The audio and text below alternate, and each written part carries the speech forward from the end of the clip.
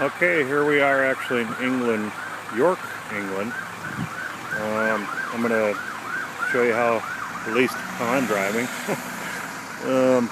So I rented a van here. I definitely recommend getting an automatic. And I got a GPS as well. If you don't have a GPS in England, you're going to be screwed. So the first thing you'll notice, I'm getting in on the wrong side of the vehicle, which is the right side of the vehicle. Here's my GPS. You see I got an automatic. So I'm just going to kind of take off driving out of, I'm right down town center in York, and kind of show you how crazy it is. But actually, after driving in it for a couple days, it's actually my 11th day, but it's pretty easy. So, buckle up. I have my GPS programmed already to tell me where to turn. I really have no idea where I'm going.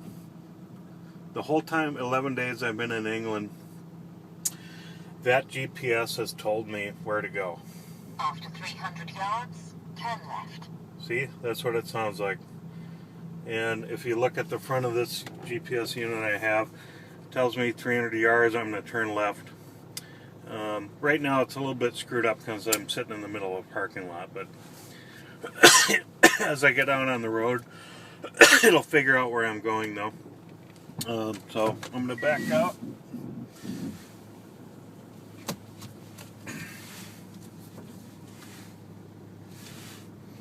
Quite busy parking lot.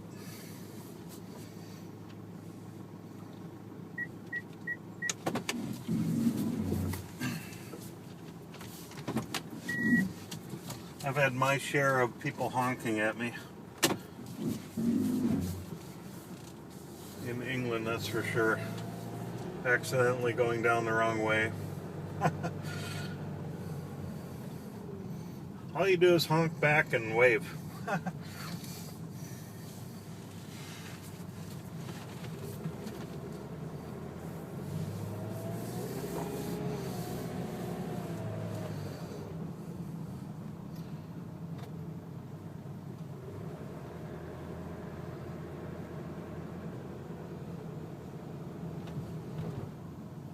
So now, once I get out on the road, the GPS will start figuring things out, sort of. I've used this GPS too in Edinburgh. I've used it in all kinds of little cottages and villages.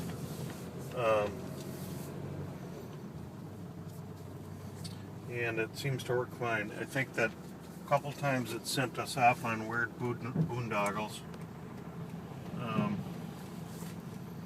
So I think it's a good idea to have a map. Recalculate.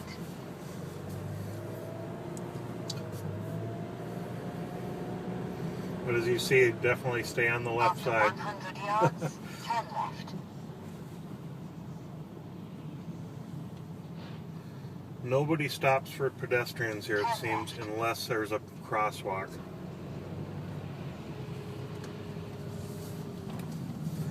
Let's see. After 400 yards, enter the roundabout, then take the third exit. Alright, so the first thing to understand sort of is how these roundabouts work. After 200 yards, Listen. enter the roundabout, then take the third exit. So there's never the same number of exits on a roundabout. So it's usually a good idea to look at the GPS and the map on the GPS and see how it's directing me then with the blue line. So I'm going to go around this roundabout. Here, take a look at it. And I'm going to exit out. Then take the third exit. So basically what I'm doing is I'm taking a right. But I have to go around the roundabout in a clockwise fashion. See? It really wasn't that hard. 400 yards, turn left. The big thing is you enter these roundabouts in a clockwise fashion, you have to yield to traffic that's coming in the roundabout. So if there's somebody coming around, you got to wait. 200 yards, turn left.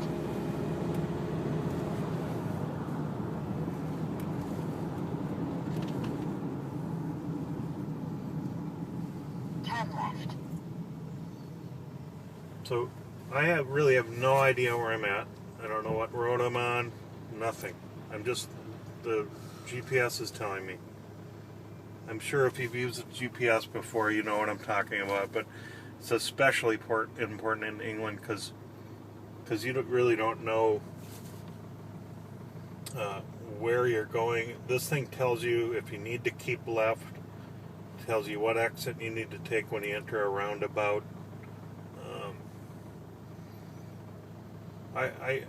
I really can't tell you how you could possibly drive in England without one, but I'm sure it's possible.